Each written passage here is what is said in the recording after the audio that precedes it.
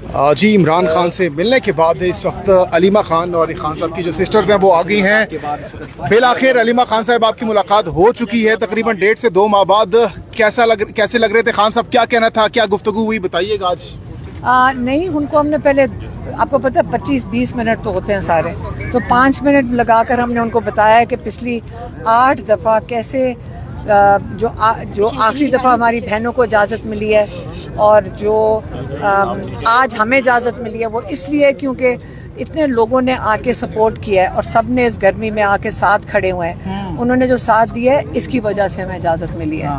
और उनको ये भी बताया, उनको जल्दी से, कि जैसे हमें वैन में उठा के ले गए थे तो वो हंस रहे थे।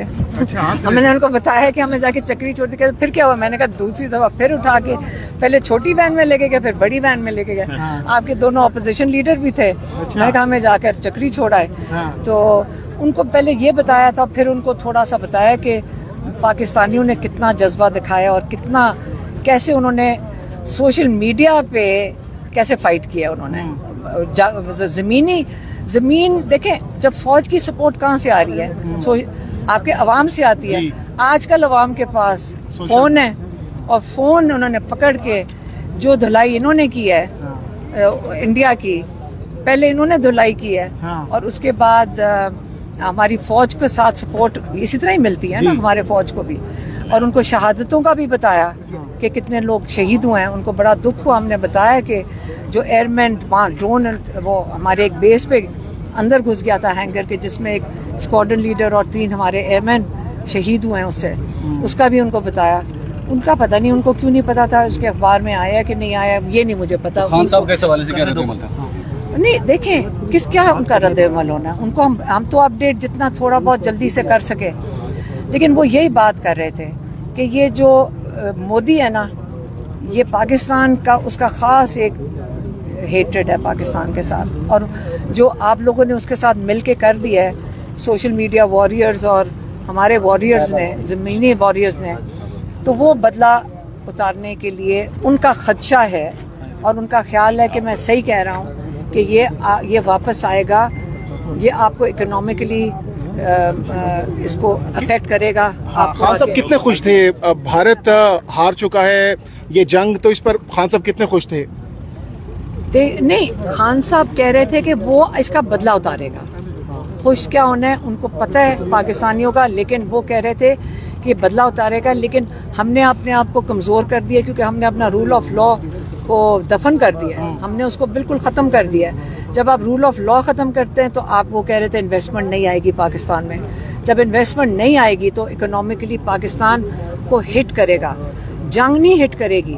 लेकिन जब इंसाफ नहीं अदालतें दे सकेंगी और बेबस हो जाएंगी और हुकूमत की एक वो डिपार्टमेंट बन जाएगी, सरकारी डिपार्टमेंट उनको बना दिया गया 26वीं तरमीम, तो ये उससे उस वजह से इकोनॉमिकली हिट होगा पाकिस्तान बहुत बुरी तरह। अच्छा, खान साहब ने इस हवाले से क्या बताया, क्योंकि आपको 2 महीने से अलाउ नहीं किया जा रहा था, अब आपको आज सडनली अलाउ भी कर दिया गया, इस पर खान साहब ने क्या कहा और आपको क्या लगता है क्या वजह हो सकती है आपको अलाउ करने? जब वो पुलिस वाले यही कह रहे थे ना, जल्दी जल्दी निकलो, कोई बात करने लगते हैं तो वो शोर मचा देते हैं। खान साहब मैसेज दे रहे थे, उस पर शोर मचा देते हैं। तो पुलिस वाले बहुत शोर मचाए, तो वो यही कह रहे थे कि उनका राइट बनता है ज़्यादा टाइम लेने का, क्योंकि तुमने 8 हफ्ते से उनका जो राइट था वो नहीं दिया। तो हमें आदत है, आधा घंटा भी काफ़ी था, उनसे मुलाकात होगी, माशाल्लाह बिल्कुल सेहतमंद थे।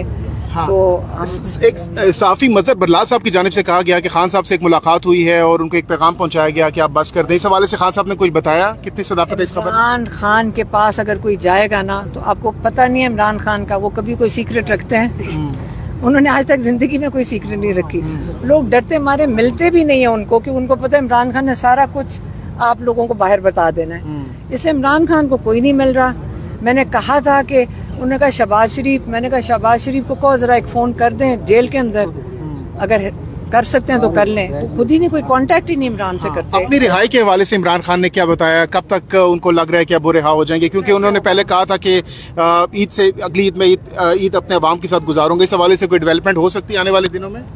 कैसे होगी? हमारे कोर्ट्स तो जो कोर्ट्स का अपने हाल हुआ है, जो इमरान खान की जो बेल की तारीख है वो क्या कर रहे हैं, आपको मैं बताती हूँ कोर्ट्स क्या कर रहे हैं। जैसे कोई गेम डाली हुई है, मोदी के ऊपर फोकस कम है और इमरान खान के ऊपर ज़्यादा है। एक ही दिन पे लाहौर में तारीख रख दी है इमरान खान की बेल्स की, उसी दिन तारीख रख दी है इस्लामाबाद में अलकादिर की। एक ही लॉयर है, तो सलमान सफदर या एक जगह पेश हो सकते हैं या दूसरी जगह, तो ये जान के ही कर रहे हैं ना। अब ये किस किस्म की गेम है? कौन सा कोर्ट है जिसको अकल नहीं है कि अगर इस्लामाबाद में लगा हुआ तो मैं लाहौर में ना लगाऊं?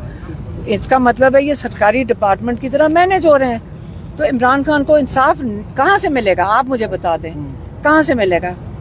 आप मुझे बताएं कि जब उसकी तारीख ही नहीं लग रही, तो ये कोर्ट्स अगर सरकारी डिपार्टमेंट बन चुके हैं, इमरान खान को इंसाफ नहीं मिलेगा। इमरान खान कोर्ट्स के जरिए जेल में से नहीं आएंगे बाहर। जुनैद अकबर के हवाले से मैम क्या फैसला हुआ है? जुनैद अकबर के हवाले से मैंने बता दिया था अभी। जुनैद अकबर का उन्होंने कहा, हमने उनको बताया है कि मीडिया वाले भी अजीब सवाल कर रहे हैं, जैसे कि इमरान खान ने किसी को हटाया है।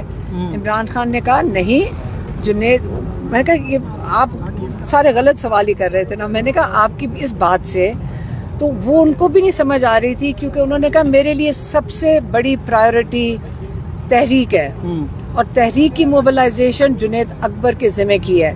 और सबसे इम्पोर्टेंट टास्क पाकिस्तान में इस वक्त पीटीआई के पास किसी को दिया इमरान खान ने, तो उन्होंने कहा मैंने जुनैद अकबर को दिया है। और अगर मैं उस पर छोड़ देता हूँ, अगर वो चाहें वो मैनेज कर सकते हैं, प्रायोरिटी वो तंजीम को ऑर्गेनाइज करना तहरीक के लिए वो है।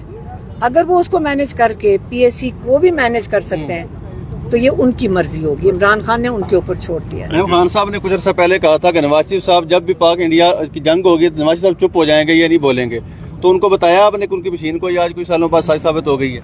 तो हम देखिए, मैं पाकिस्तानी हूँ, आप सारे पाकिस्तानी हैं। आप चाहते हैं कि इस वक्त हमारे जो लीडर्स हैं जो भी मुल्क में हैं, चलो आपस में तो लड़ें, लेकिन जब इंडिया के साथ या बाहर से हमें अटैक होता है उसके लिए तो खड़े हो जाते हैं ना। ये लोग तो उसके लिए भी नहीं खड़े हुए। जब मैं बात करती हूँ तो मुझे गुस्सा अब पाकिस्तानी के तौर पर हो रहा है। ये कोई मैं कोई पार्टीबाजी तो नहीं कर रही। आप पाकिस्तानी, आपको फिक्रमंद नहीं है कि आपके लीडर आपके लिए उस तरह जंगजू तरीके से नहीं बात कर रहे बाहर, जिस तरह मोदी अपने लोगों के सामने खड़ा होके लीडर बन के वहाँ खड़ा होके जंगजू किस्म की बातें करता है पाकिस्तान के खिलाफ। हमारे लोग बात ही कोई नहीं कर रहे, हमारे लोग डिफेंसिव होकर बात कर रहे हैं। ये कोई तरीका तो हमें पसंद आ रहा है? आपको अच्छा लग रहा है? मुझे तो नहीं अच्छा लग रहा। ठीक है, लास्ट टाइम मज़ामत की गई थी, 2 बयानों को इजाजत मिली थी, इस दफा तीसरी बयान को भी इजाजत मिल गई, तो इस तब्दीली को कैसे देखते हैं? लोगों ने हमारे साथ दिया। हमने 8 हफ्ते लगाए हैं, या वो थक जाते या हम थक जाते। तो हम ये गर्मी में भी आके कितनी दिन आपको पता है हम खड़े रहे। और लोगों ने, सारों ने, जो पीटीआई के भी लोग हैं, लीडर्स भी हैं, सब आए हैं, उन्होंने हमारे साथ खड़े हुए हैं। उसकी वजह से इन्होंने हमें इजाजत दी। बहुत बहुत शुक्रिया।